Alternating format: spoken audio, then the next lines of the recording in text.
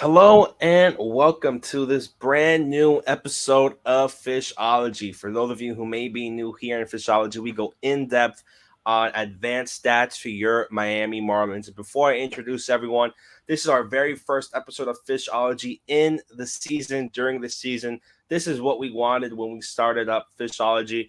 All the other episodes have been during the off seasons leading up to 2023 and everything that happened last season. But here we get to give you stats, advanced analytics, and what is happening on the field on a weekly basis and what we can expect from these players. As always, I am joined by Mr. Ely Sussman and our favorite jacked employee, Luis Arraez. Guys, how you feeling?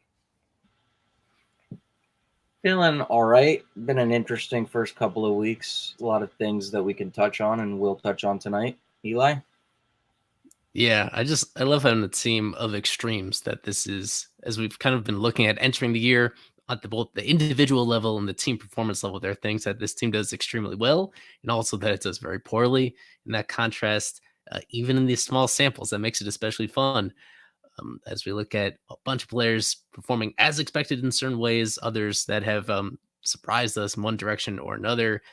And I know we're going to lead off with a guy that we already had high expectations for, and he's even surpassing those expectations. So to see somebody potentially reach a new level of performance, that's what we try to identify first using this kind of show and the kind of information that we have here. And you might be wondering who that player is. Of course, our first player to discuss is Mr. Luis Arraez, who is having an insane start to his season.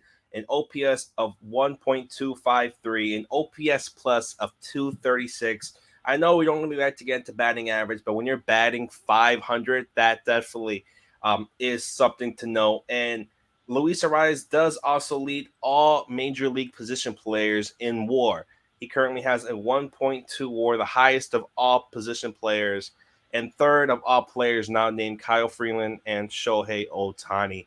Uh, Lewis Arraez is having one of the best starts to a season in Major League history, already having 23 hits, four doubles. I mentioned OPS plus 236, a slugging of almost 700, and we're only at the start of the season. What have you seen from Arraez? What can we expect? And can he keep this up the rest of the way? Realistically, we know he's not going to sustain a 500 batting average, nor will he sustain a slugging percentage north of 700. I think you'll see those numbers tend to normalize. And even if he tends to have his average season, which at this point for his career is 320, 380, 419, you got exactly what you asked for because, for the pitcher they gave up in Pablo Lopez, though he has a higher ceiling in his own right as a pitcher, that's kind of the return you'd expect if you're talking about an even trade. And for both teams, it's kind of been that so far. But, Pablo, I don't know. And Pablo's gotten off to a great start too in Minnesota. But with Arraez hitting 500 for the totality of the season, no. I will be interested to see how long he does stay hitting 400. I mean, if he takes that into May, again, I don't think in my lifetime somebody's ever going to hit 400 again with the talent we have on both ends, defensively and offensive, and as far as pitching goes. But yeah, you have possibly the second Marlin to winning batting title, and it's the defending American League batting champion. You have the last two reigning AL batting champs on your team now with Gurriel and Arraez. I think he's just such a fun player to watch, even if he's not the best defender at second base and he's kind of just positionless as a whole. He's just so fun to watch offensively. He just kind of like Tony Gwynn, where he just finds holes. And I've been on the Tony Gwynn, Luis Arraez comparison train for a long time. Sometimes, usually every 5 or 10 games, I like to go through their slash lines through the same number of games. And Arraez has played 402 games. He's, as I noted, he slashed 320, 380, 419. And then if you look at Tony Gwynn's first 402 games, 323, 373, 413, they're almost Xeroxes of each other. And they could just kind of go about it a different way, play a different position. But they're so fun to watch. And Arraez is just, he's been the best thing about this team a season thus far where the record may not indicate that they've been as bad as they've been, but they really haven't played to their potential, at least as far as I'm concerned. And I feel like they've overachieved a little bit early on, despite being under 500. But I'll save my Arraez praises for later. Eli, your take on Arraez this far, just the kind of player he is, and maybe what you've seen from him that you've really enjoyed first 2 or so weeks of the season. Quickly, I wanted to shout out old friend Glenn Geffner, who, for people that are not aware, he has his own newsletter now that he's writing almost every single day, and almost all the posts have a Marlins lean to it. He had a post as we're recording this, the day that we're recording this, he did a post on Arraez comparing him to Tony Gwynn. In fact, comparing him to Gwynn and Rod Carew and also Ichiro, but especially Tony Gwynn. And I bring that up because Glenn is seasoned enough to have covered Tony Gwynn in person in San Diego during the latter half of Gwynn's Hall of Fame playing career. So I felt like he was an especially qualified person to make that comparison. That's unavoidable.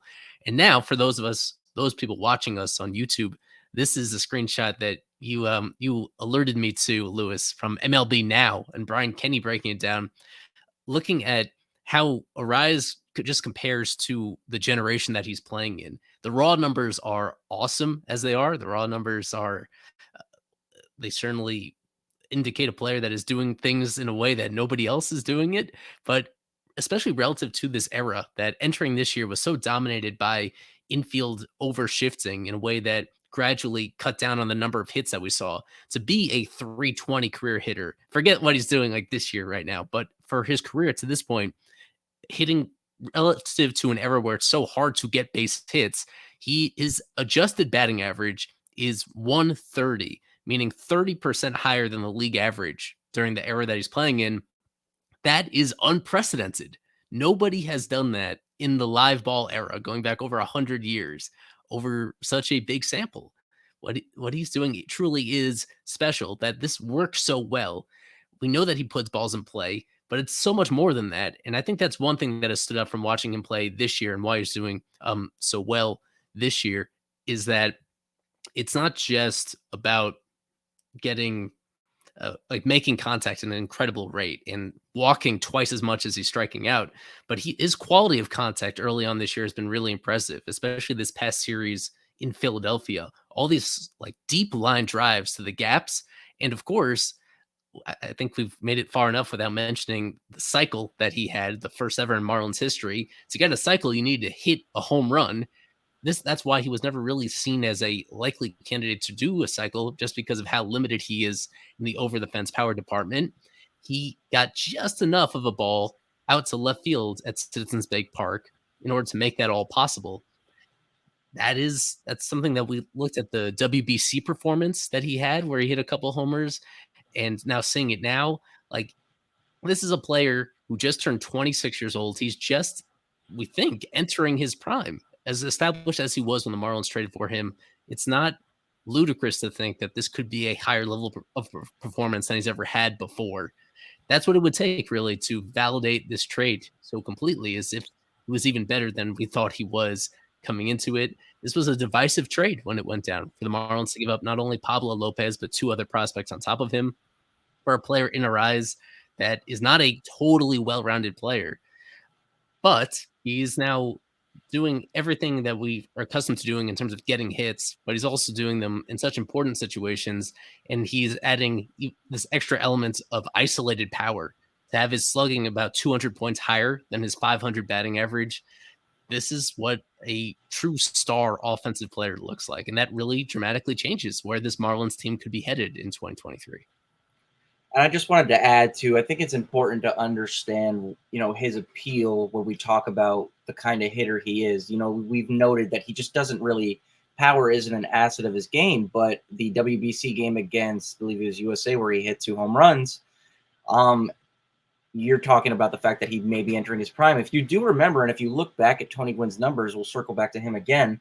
Tony Gwynn from 1994 to 2001, I believe, slugged 500 for the duration of his career. So he started to hit for a little bit more power, though it was primarily doubles power. And as he got bigger, obviously he wasn't going to leg out a lot of triples. Arraez could grow into that. I don't know if he's ever going to hit 20 home runs in a season, but you could see him realistically slug 450. I mean, and remember, we've even heard it substantiated by the likes of Gwynn and Ichiro and even Ty Cobb, who there's a famous Ty Cobb story where I believe against the Yankees in 1925, he hit 3 homers in a game because he kind of just willed himself to do it. But he kind of went back to hitting the way he did prior because that was just the kind of style of hitting he preferred.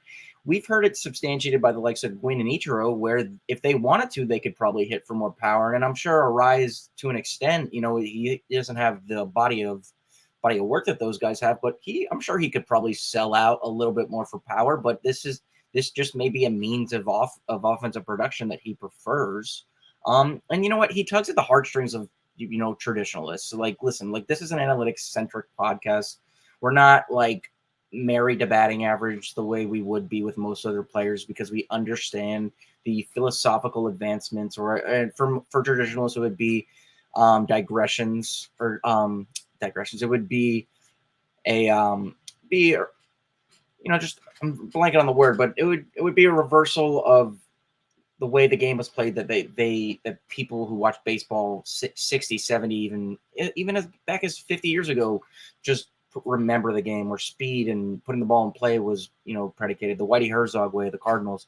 Arraez kind of tugs at the heartstrings of those guys who kind of they were scrappy and they got base hits and they didn't kind of sell out for power. It was, you emphasize batting average. Brian Kenny kind of noted that. So he's kind of honestly looking at a time capsule. And, Danny, you asked me about this earlier, if Arraez could sustain the level of hitting he's on. While he's probably never going to hit 500 in a season, nor will he threaten 400 the way Tony Gwynn did when he hit 394 and 94, you can see with the way that his swing is, and I was actually listening to Paul O'Neill on a Yankees broadcast earlier tonight talk about players who had suffered oblique injuries, and Harrison Bader was one of them, a guy who hit for a lot more power when he moved to the Yankees. It's the swing, the uppercut swing when you're chasing home runs that kind of leads to a lot of upper body injuries.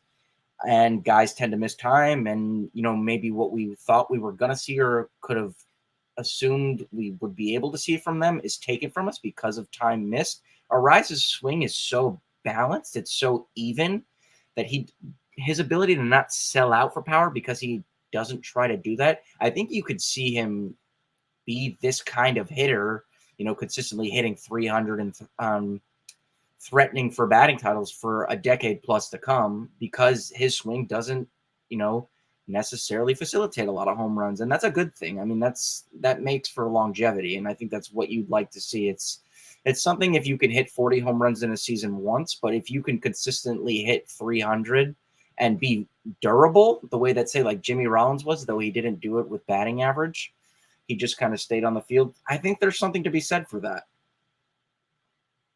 Yeah, and with this as well, I think a concern that maybe some people have with Arraez was just the defensive side coming into the season.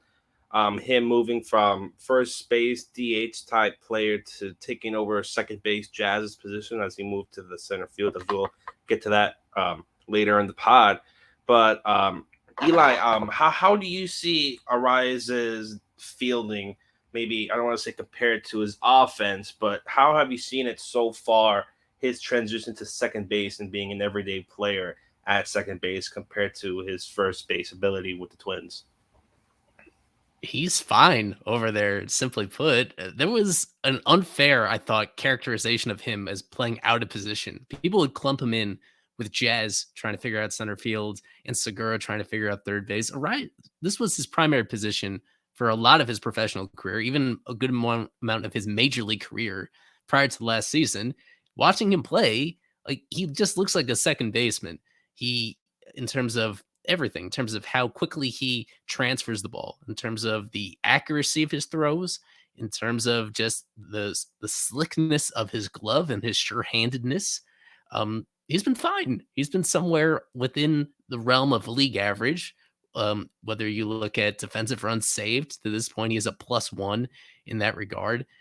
You look at, I think, outs above average, let's see exactly where he is in that regard over a small sample size.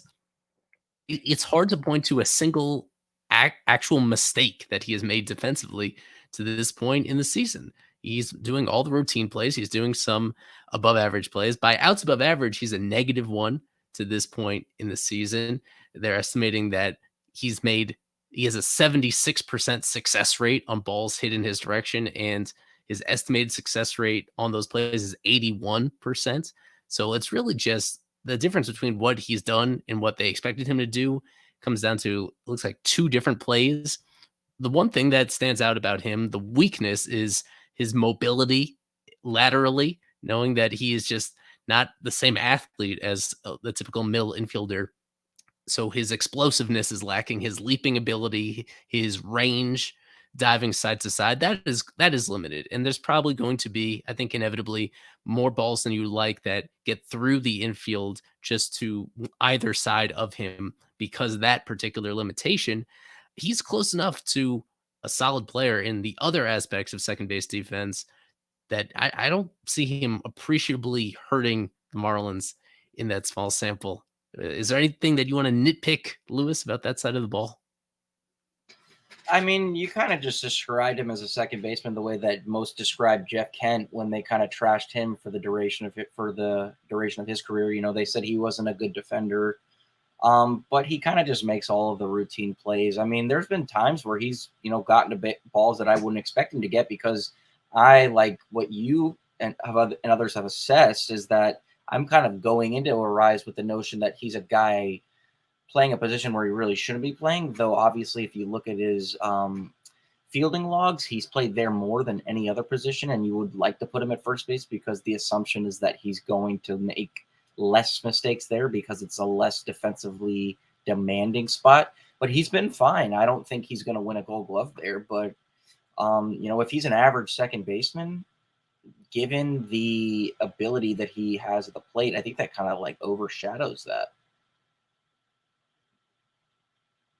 Yeah, and probably the last thing I wanted to mention or talk about on Arraez is you mentioning him not being able, but sustaining 500 batting average or something like that. But how do you think for him the slugging side of it will go? You mentioned him not really being able to maintain so many homers or have that type of power, and with his slugging. Right now, it's closer to 700. Do you see for this season his slugging to maintain or, let's say, be a career high this season? Or do you see it similarly how it was maybe a few seasons ago or his tenure with the Twins? Or is this going to be maybe his big slugging year? I mean, the baseball wouldn't indicate it. I mean, run scoring is up. I don't know if you discredit him a little bit because of that. But everybody, there are plenty of long career big leaguers who had that kind of like juice ball year. If you remember the year that it was 2017 where over 100 players hit 20 home runs, or Wade Boggs' anomalous 1987 where he hit 24. It just kind of, it happens. I don't think Marlins Park and the rest of the ballparks in the division beyond maybe Citizens Bank would facilitate Arraez hitting for much power. But he's just going to be a guy that you're not going to see him slug, 600. That's, those are numbers reserved for, the likes of Aaron Judge and Mike Trout and, Ohtani when he's at his best. I mean, he's a consistent 410 to 430 slug guy. Would he have one year where he maybe slugs 470, 480? Sure. Your averages are kind of built on seasons like that. So it wouldn't shock me if he maybe hits for a bit more power, but that doesn't necessarily have to be doubles or homer power. It could be doubles and could be him legging out a couple of more triples despite him being limited as a base runner because of his size. But, it remains to be seen, but I don't rule out him, having a career year slugging. Yeah. I mean, to this point in the season, we need to note that how much his numbers have been sort of inflated by that one particular game in Philadelphia when he had the double and the triple and the home run all in the same park. But that home run in particular being a ball that would not have gone out at Lone Depot Park, among many other places. No doubt it's going to come down. And I imagine the isolated power, the gap between the batting average and the slugging is going to come down from what it currently is to some extent. The question sort of is, how he approaches his at bats, if he's batting third in the lineup versus where he was originally to start the year as a leadoff hitter, if that different role in the lineup affects his mindset at the plate, if he is being encouraged to produce runs rather than to, quote, set the table in that particular way, unless he's making that conscious effort to be a different type of guy just to suit the team's needs and to play into this role that Skip Schumacher has very recently put him in by dropping him a couple spots in the lineup, I think that's the only way that you see a big difference in slugging compared to what we're used to. Yeah, so I think overall, you still look at his career history as a better projection for what he's going to do this year rather than the hot start that he's off to. Yeah, and I think it's a perfect opportunity to go into our next topic, our next player, someone who's having a bounce back, who's hitting always for a lot of power. You're not going to get there with the batting average or anything like that. His slugging has been a career, not career high, but has been the highest since his rookie year or his year with the Kansas City Royals. OPS of 867 currently, OPS plus of 126. Mr. Jorge Soler leading the team with 4 home runs. Luis, how has Jorge Soler improved from last season despite the injuries and everything? How much of a better player is he in 2023 compared to 2022? I mean, you kind of previewed it when you talked about how hard he hits the baseball. And if you look at his batted ball data on different pitches, he just hits the baseball incredibly hard. We need to look at most things with caution when we're talking about 12 games, but the exit velocity has kind of sustained itself. Even last year, before he got hurt, he was still in the 99th percentile in average exit velo, and he was in like 98th in max exit velo, and he's right there again this year. He's still striking out quite a bit, but actually his career strikeout rate is 27%. It was 27.2 at the start of the season. He's only striking out 22.4% of the time right now, or 22.7. So again, it's 50 plate appearances. It's a small sample maybe in the course of a full season, that's like a 12th of a full season. So you don't know yet, but he's doing a lot of things better. The on base percentage would lead you to believe like he's just doing most of his damage with power. And that's true. I mean, he's flirting with a 600 slug, but this is a guy that you could see maybe sustaining a 500 slug over the course of the season because of his ability to hit for power. He's got a 126 OPS plus right now. And the thing I think, and personally between you and me, Eli and Danny, I think he's going to get better this year. And I say that because I believe that the contact that he's making is going to catch up to him in a good way. Because if you look at his batted ball data, he's hitting like below 200 on breaking pitches. He's hitting 167, but the expected batting average is 306. The slug is 444, so it's still respectable, but the expected slug is 773. Average exit velo is 96.7 miles an hour off the bat, off of breaking balls. And we know last year I believe he hit under 160 against breaking stuff last year. And that wasn't good. And the expected stats weren't great over a larger sample. But I think that, if those even come in the middle, of those two numbers meet in the middle, you're talking about a guy who could legitimately be an all-star.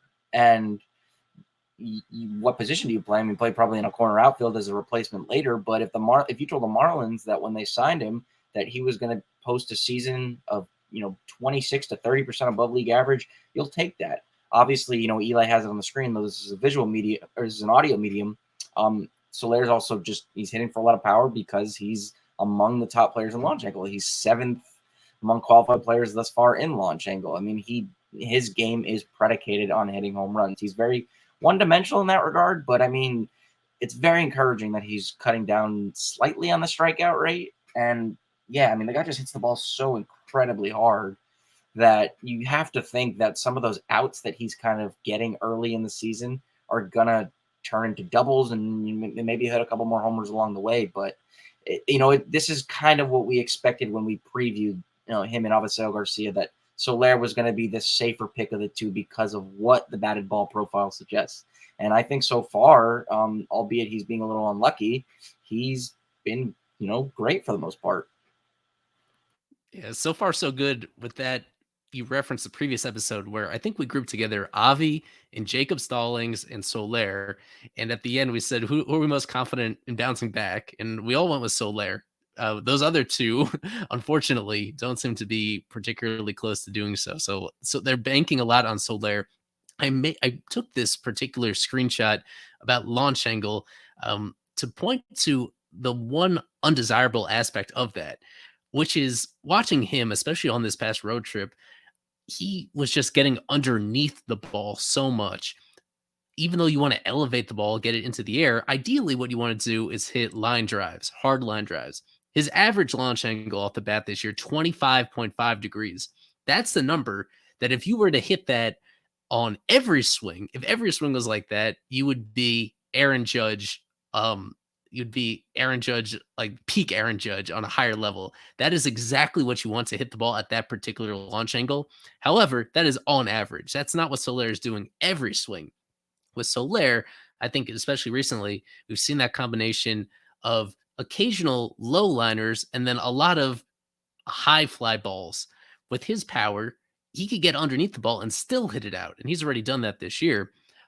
But in the most cases, if you go too high to that extreme, those are just routine plays. Those are pop-ups or those are very shallow fly balls. There have been a lot of those for him this year, which is why he's not getting quite as many hits on balls in play as you would expect just based on the quality of contact, just because he's getting underneath the ball so much. Ultimately, I think the most important thing is just to keep that strikeout rate, as you said, better than it has been in a while, and really slightly better than league average. If he's in that spot, then over the larger sample, he's going to perform really well. To be an all-star version, to be the best possible version of himself, somebody that you actually want to have in your lineup every single day, this launch angle actually should come down a little bit. You want to get rid of some of those empty pop-ups that tend to be unproductive outs and are very rarely hits in the first place. So that's just something to watch with him, is not to be too laser focused on trying to hit home runs every single swing, because if you're just a few millimeters off on that swing in the wrong direction, you get underneath it. That big home run that he had against the Phillies that tied the game in an ultimately Marlins win, I think he was helped a lot by the pitch location. The pitch was like knee high, so it's very hard to get underneath the ball if it's only 2 feet off the ground. And so that did him a lot of favors. If he's getting a lot of pitches low in the zone, then he's going to be great, because those are the balls where the angle of his swing is going to like line up perfectly with pitches low in the zone. Just keep in mind that there are, to this point, there's more than a few examples of him getting underneath the ball, and he wants to cut those out of his diet if at all possible. Yeah, and you mentioning his raw power of Jorge Soler, I was just looking up his ISO. For those of you who may not know what ISO is, power, it takes in the raw power of a hitter by taking only extra base hits of that. So an ISO for, let's say, a double is 203, for a triple, home run, etc. And Jorge Soler, for his ISO, he has 370, which I know it's a very small sample size, but that is the highest of his career. The only higher number was that 48 home run year with Kansas City of 304. Lewis, when I tell you his number of ISO, isolated power, is 370, are you not surprised at all, or maybe even a little? And can he go back to that 2019 MVP caliber year, or at least 75% of it? I mean, there's nothing to say with what the early results indicate that he can at least be 3/4 of that player, sure, and he hit all of those home runs in a very pitcher-friendly division for the most part. So it can be said that, Soler, could he hit 40 again? Sure. It wouldn't surprise me. Do I think he's going to run a 370 ISO? No, because again, I think those are kind of reserved for the elite of the elite. When it comes to guys who manage extra base hit power beyond homers, also hitting doubles and just hitting homers in general. I don't think Soler has that. If he ran a 304 ISO, you definitely ain't going to see him in Miami next year. And if he even did that and they don't remain competitive and the run differential catches up to them, you may see him in another uniform come deadline. So I don't know.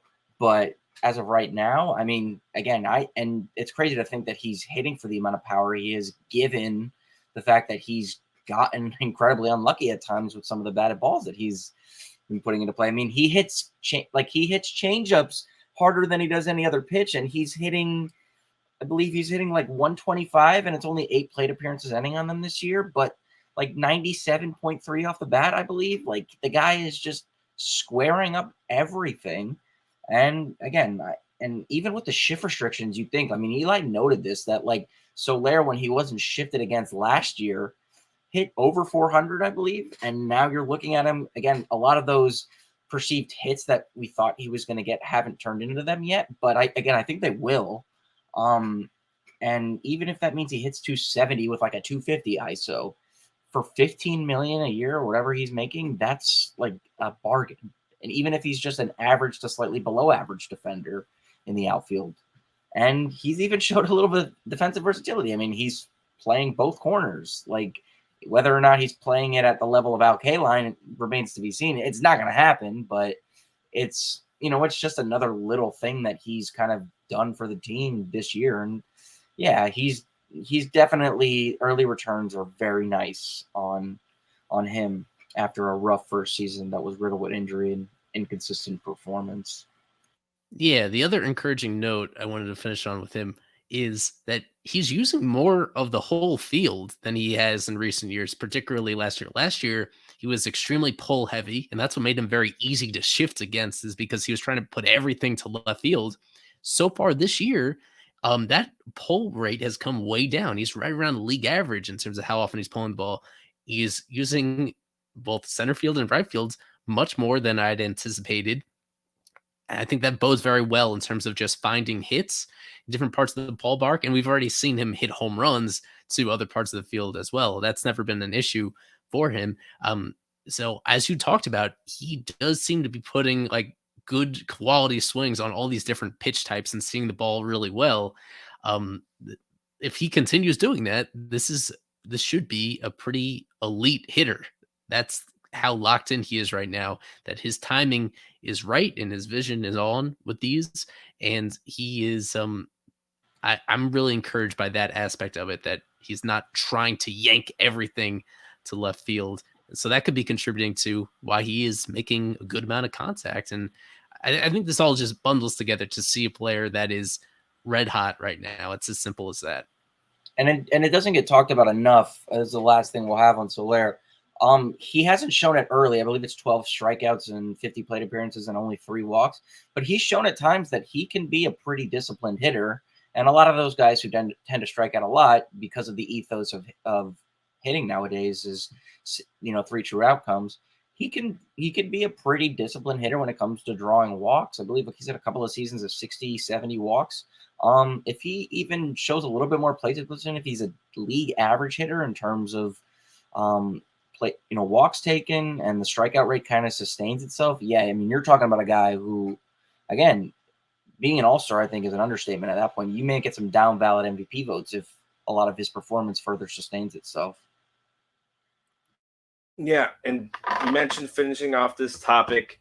One of our last topics before we get into our Stathead segment with Lewis. I wanted to go ahead and talk about Jazz Chisholm Jr., but mostly focusing on his defense, his new position in center field, which has been very hit or miss so far to the season. But again, it's so early in the season, it's very hard to really describe or really go in depth defensively. Lewis, Jazz, new center field position, still learning it, still very young into the season. You mentioned just a 12th of the way through it. How have Jazz fared for you at center field in terms of maybe defensive run save, outs above average? Just how has Jazz overall been so far this season? I mean, again, they've played 13 games, so the results, they say something, but they don't say enough to give you a full indication of the kind of player he's going to be doing a specific thing. I think he's kind of just been like at times passable, because I remember in that New York series, he made a couple of catches on a couple of balls running to his left that you're like, okay, like this is what we kind of talked about. He has the speed to be a competent center fielder. He's a fast guy. I mean, he's a 20 stolen base guy perennially when he is healthy. You'd think that speed would translate into outfield defense, but then there's times where he just kind of doesn't get good reads on a ball. I remember when Cameron Maybin was a young player, and Cameron Maybin had this tendency to take 2 or 3 steps back before he would run in on short sinking fly balls. I've seen that with Jazz a couple of times too. I know there were a couple of hits in that Mets series where he kind of didn't get the best of reads on fly balls, and that would cost him, and there would be a base hit here or a base hit there, and those add up over time. More pitches that pitchers have to throw, etc. But I think he's still learning, and you take it from a guy like Skip Schumacher who played second base and played center field. He understands what it means to have the discipline to play those positions. I don't know. I think that this will honestly be an experiment that will go wrong in the long run. I don't think it's a long-term thing. I mean, if you think about it, Garrett Cooper, who we haven't touched on, is probably a free agent at season's end if the Marlins don't entertain the idea of at least bringing him back on a short-term deal. So you could theoretically move Jazz back to second if you kind of throw your hands up in the air and say, listen, we tried it in center field. We appreciate your commitment, but all of the data suggests that you're a better defensive second baseman. Arraez is less of a liability if he's playing first base. You can move him there. And the infield starts to maybe look a little bit more uniform because, again, we've said it a myriad of times. Guys are just kind of playing out of position. And there are times when I think Jazz looks competent, but then there's times where I also think he just kind of looks a little lost out there because it's a lot. I'm sure he's a guy that, we've seen it even on Twitter recently where he tends to be very vocal.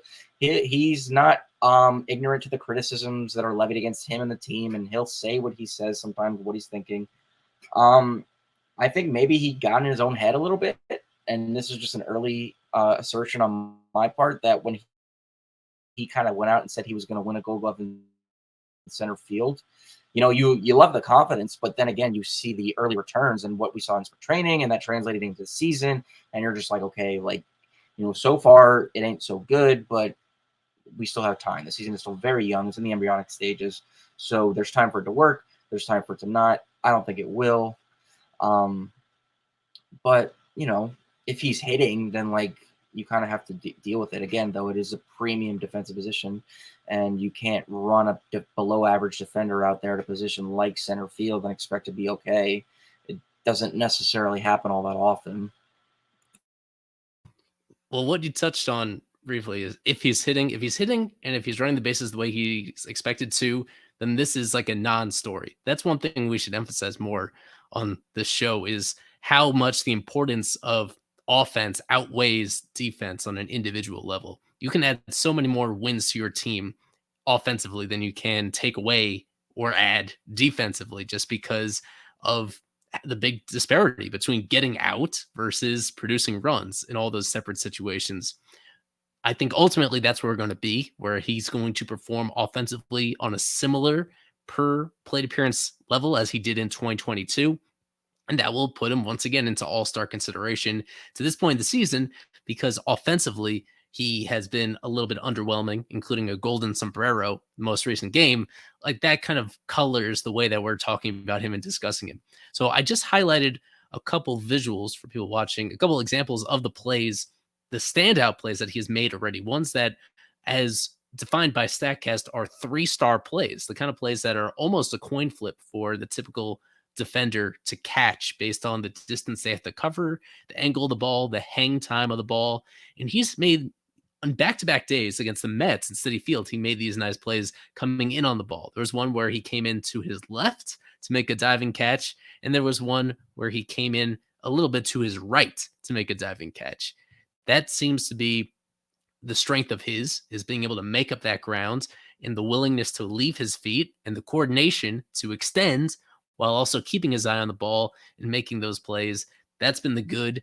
In what we've seen so far, the most of the negative comes with going back on balls and is playing with near proximity to the wall on those type of plays, getting his initial read on these balls as well, and understanding when a ball is going to go behind him versus when it's going to come towards him, he seems really like a neophyte in that regard. It's just totally foreign to him to like be able to make those reads and interpret that information in the fraction of the second that you're supposed to be able to in order to make those borderline plays when he has to go behind him and back up on those balls.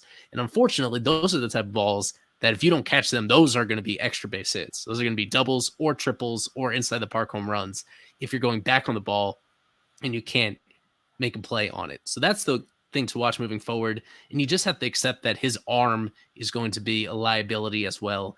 It's hard to imagine, from my perspective, him getting more than a handful of outfield assists during the course of the entire season, just because that's a tool that he's been lacking. And that's a reason why the Marlins put him at second base instead of shortstop, is because of concerns about both the accuracy and consistency and strength of his arm as well. Yeah, it's never going to be totally pretty. At the end of the day, I don't think it's going to matter very much just because we know what he's capable of doing offensively. What I've liked is that the Marlins are giving him all the reps that he could possibly get. The fact that he has played in every single one of these games so far this season, I think that's the most important part, and I think that's what they need to be committed to until they can go outside the organization and acquire the legitimate center fielder that we know they desperately need in the long run.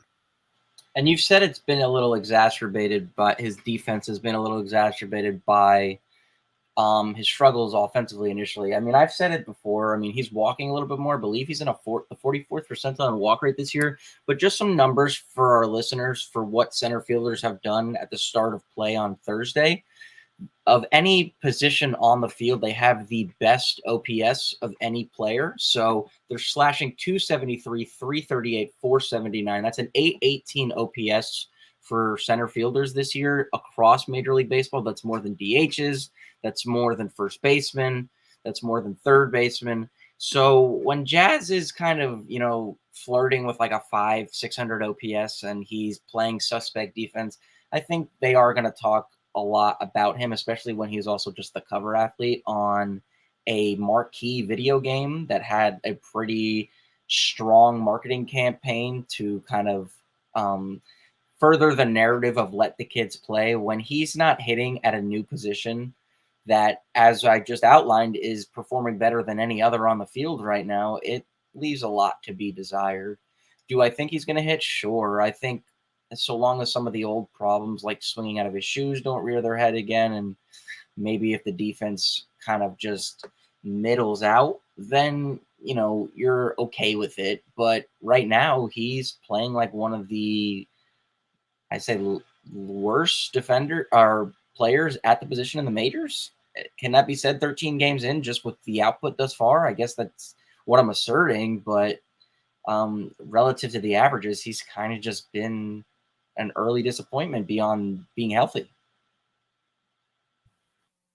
Yeah, and to go from that, probably the last thing I wanted to mention to you guys on Jazz, just overall, him at center field, do you see him continuing that for the rest of the season, or do you see him, maybe if it doesn't go as well, to be shifted back into maybe an infield type position, or do you see the Marlins sticking with him throughout the years, no matter how low the downs are or anything like that, that the Marlins will stick with Jazz for, let's say, maybe over 100 games at center field? I think likely this is his job the entire year, but there are a couple scenarios that could complicate it. The first is my guy Peyton Burdick that I'm keeping my eye on. He is ripping the cover off the ball at AAA, and I think in the near-term future he could get another shot in the big leagues. And if he does well in that shot, and there's somewhat of a logjam in the outfield, that if he makes it a priority that they keep him in the majors and in the lineup, and they believe enough in his center field defense, which is, not perfect either, even though he's a lot more experience out there, he's one factor in this, where if he makes himself a staple of the lineup, particularly in center field, then that frees up Jazz to move back to the infield, and everybody wins. Jazz plays a position he's most experienced at, and the Marlins have another homegrown, young, cost-controlled bat that they desperately need. That might be a little optimistic. The next checkpoint would be right around the trade deadline and seeing who's available at that time. whether the Marlins are close enough to being competitive that they do go out and trade for an experienced major league center fielder on a team that's willing to sell at the deadline. And in that case, that's even more so. That's a more obvious point where they can feel comfortable putting Jazz back in the infield and upgrading their team overall with that acquisition. So both of those are pretty significant ifs. If I had to handicap it, I think still the most likely scenario is that Jazz starts the majority of the games, assuming he's healthy. As long as he's healthy, I think he is going to be their primary center fielder this season. And then if definitely this offseason, they'll reevaluate for sure. I mean, you touched on it briefly. If the Marlins need power, and there's a team with an influx of outfielders who maybe need something of their own, the St. Louis Cardinals need pitching. I was just briefly touching on that at the outset of the show. They have a lot of young outfielders. I know the Marlins do too in the minors, but they have some guys that are a little bit more proven. Maybe if you want to get a guy like a Dylan Carlson and you want to part with some of that pitching depth, it doesn't have to be like a marquee name, but there's a team who's struggling to pitch the way the Marlins, for most part, have struggled to score runs. Maybe there's a solution there. It's a cost-effective one too, and then you can kind of get an idea of like 60-plus games of Carlson or whoever they would go about trading for to kind of see who's going to fit their long-term. I agree with you. I've even thought of the idea. I remember when Colton Wong was kind of moved to center field for the Cardinals because they didn't like his bat, and it had nothing to do with the defense. It's kind of like Jazz, where Jazz moved there out of necessity by way of a player that the team acquired. Colton Wong moved there as a last-ditch effort to kind of salvage his tenure with the team. Do you think, and he even played a little corner outfield, which leads me to question, Addeo Garcia struggled. If Burdick comes up, or another one of these guys kind of makes it back to the big leagues, if Griffin Conine miraculously shows up or Brian Miller gets another shot, would you ever envision seeing Jazz maybe playing right field while Addeo Garcia sits? Soler gets a lot of DH opportunities. I know right field is generally reserved for the guys with the better arms, and left field is like the kind of like little league position. It's the new right field in the major leagues where you kind of put the guys with the weaker arms there. Do you think Jazz could maybe moonlight in a couple of games in a corner outfield spot and you allow the younger guys to play like Burdick and co, or do you kind of just see, like you said, you think center field is just it? I mean, he still takes ground balls at second base, so that's never out of the question entirely. Arraez isn't going to play every day, so you'd want to maybe get Jazz off his feet per se and put him back in a position where he's a little bit more familiar. I don't know. I mean, like, positional versatility is important. I don't know if it applies to him, which is and I don't know if that's him or if that's maybe just an organizational thing, but I don't want to assume prima donna status on a guy like that because of, his standing in the game thus far. But do you think he could possibly lampoon in the outfield, like corner spots? No, I don't think so. I think it's going to be center field, or they put him back at his most familiar position. Even though center field is the hardest outfield spot, there are other subtle differences in the corners that take time to learn and get used to as well. And for him to try to learn that stuff in the middle of the season, I don't see it. So you just hope it's a hard decision. You hope that eventually somebody like Burdick comes up and performs and hits really well in the majors. And you hope that these veteran players, you touched on Avi Garcia, and the infield version of that is Gene Segura, who is off to a terrible start as well. You hope those guys bounce, actually figure it out and prove to be viable, close to everyday hitters that are worthy of those roles. And if they're not, then you make the hard decisions about just making sure you fill out your lineup with competent players and not worry about the hurt feelings whatsoever. But Jazz will continue to be a priority, and I think it's just going to be center field or second base. I think the question as the season goes on is what they do about shortstop, because they are really patching that together right now in Joey Wendell's absence, and seeing how that is playing out. It's going to be a storyline all season long, but ultimately, again, the most important thing is Jazz hitting the way that we know he's capable of hitting. Yeah, and to go from that, I think it's time we'll finish off this show with our new Stathead segment. We'll take a look at a specific Stathead stat and just discuss it for maybe 5-10 minutes and really get in depth in that. For this week, it's going to be in the span of 13 games, playing with the Marlins, the most hits during that span. And let me give you the top 5, and starting with number 5, some names you'll like here. Names Luis and Eli would both love. Number 5, Henley Ramirez, 20 hits. Harold Ramirez, Eli's favorite Marlin, 20 hits as well. You just mentioned Cameron Maybin. Well, Cameron Maybin is third on this list with 21 hits back in 2009. Second, D. Gordon, 21, and number 1 with 23 hits, Luis Arraez. Just really incredible what he's doing on that type of span, 13 games. Maybe he'll go more, 14, 15 games. We'll still see how it happens. But Lewis, when you look at this, when you look at Arraez's name along guys like D. Gordon, Henry Ramirez, Juan Pierre, guys like that who are known for just hitting the baseball like that, and you look at the OPS as well as the 1.253, just the highest on that list maybe overall. What does that tell you about Arraez and that company he's in? I mean, the OPS, as Eli noted, is a little exaggerated by the fact that he had that one cycle game, but he was hitting some doubles early in the season. I believe, and there was another Stathead query I did. I wanted to see who has the most hits in a month in Marlins history, and it was Chris Coughlin, I believe, who had 52 in his 2009 Rookie of the Year, September, October. They kind of consider that 1 month. Arraez would need to average about 1.8 hits a game for the remaining 17 games of the season, and I don't think that it's out of the way that he could do it. I mean, he'd probably have to end the month hitting like 450, and I don't even know the last time somebody had a batting average that high over a single calendar month. But we talk about hot starts with the franchise. What about a first month where he could set a franchise record for hits in a single calendar month? I mean, like, it's so impressive. It's like a Curb Your Enthusiasm episode where we're kind of just circling back to the joke that started it all, but the topic that started this podcast was Arraez, and it's such an interesting thing to use Stathead and find these queries and kind of create your own hierarchy of where guys sit in the pantheon of a franchise's history. And I think Arraez has very much quickly endeared himself to Marlins fans, and it's just another thing for people in baseball to talk about. It's you're not going to talk about it as much because it's small sample size, and then you have the Rays in the midst of a record-setting winning streak, and there's other things that that may be a little bit more impressive. But yeah, it's just like what he's done thus far.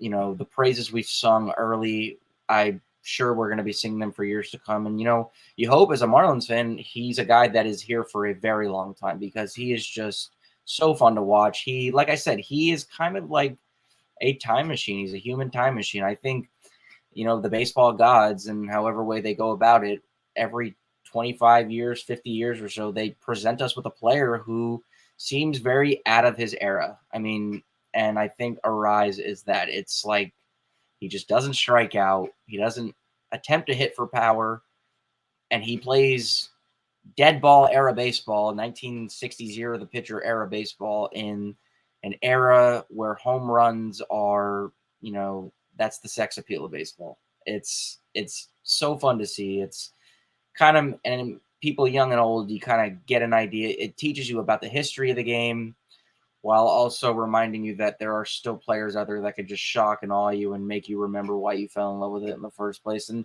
for me, as somebody who lives in South Florida, Juan Pierre was a reason I fell in love with baseball, was because I lived down here, and he was just such an electric player in the way he kind of went about things. Analytics may not suggest that, but yeah, I mean, Arraez is kind of like that. He just kind of reinforces your love of the sport, and yeah, he's just so fun to watch. So it doesn't surprise me that he's gotten off to the start he has. Listen, if he hits 400, God, like, who knows? It's way too early to even assert that, but that's what you play the games for, right? That's what they say. That's why you play the games. Yeah, beautifully said, Lewis. Yeah, I was going to mention really quickly. Sorry, Eli. Number 10 on that list, Charles LeBlanc. I had to give a quick shout out there and just how good he was for that type of stretch. But to go from that, Eli, what were you going to say? I was going to say that if you've been listening to this pod for almost an hour, you deserve to reward yourself by buying our new t-shirt celebrating Luis Arraez's cycle, available at breakingt.com/fishstripes. I'll leave it at that. Ooh. And I think with that is the perfect place to end it. Go buy the shirts. Go subscribe to our Twitter, $2.99 a month, the best thing you can do for $2.99. For myself, Daniel, for Eli, for Lewis, this has been Fishology. We'll have this again in a couple weeks. Let's see, maybe Luis Arraez, maybe he's hitting 600. Maybe Soler is slugging 800. Maybe he already has 20 home runs by then. Who knows? But for whatever it is, we will have your coverage for you here in Fishology. And always, go fish.